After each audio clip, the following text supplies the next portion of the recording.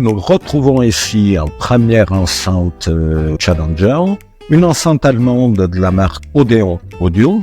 C'est une marque spécialisée dans les enceintes à haut rendement.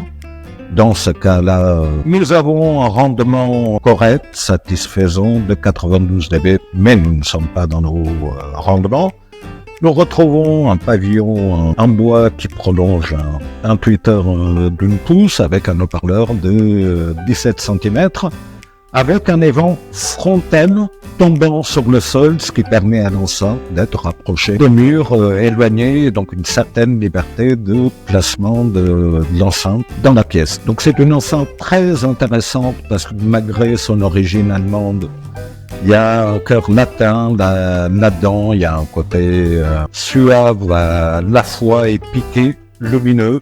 C'est une enceinte qui est quelque part entre l'école française et l'école anglaise et qui est très intéressante à écouter et assez remarquable pour toutes les personnes qui aiment la musique acoustique.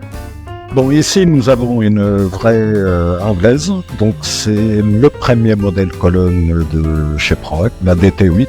À l'envers, l'Odeon Nova, c'est une vraie 3 voix, médium, tweeter, grave. Comme l'Odeon, c'est une enceinte avec un évent central, donc qui ressort par la base, qui permet à l'enceinte d'être rapprochée des murs, éloignée, donc lui donnant une grande liberté de placement dans la pièce. C'est une enceinte d'une taille relativement modeste qui peut fonctionner dans des espaces relativement petits et dans des espaces plus grands aussi, et qui a la particularité, étonnant chez Proact, d'avoir une très grande énergie, y compris dans le grave. C'est une enceinte très surprenante sur cet aspect-là, et donc elle n'est pas qu'une concurrente de l'Odeon, c'est véritablement une autre approche de la musique, ce qu'elle propose, faisant des deux véritablement deux offres assez éloignées, mais qui se rejoignent sur un point, c'est que toutes les deux sont des enceintes vraiment très musicales.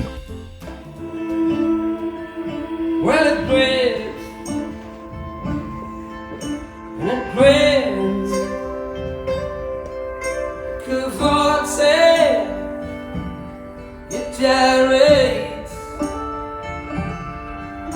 and it whispers from away, knowing the end insinuates just a certain light of faith.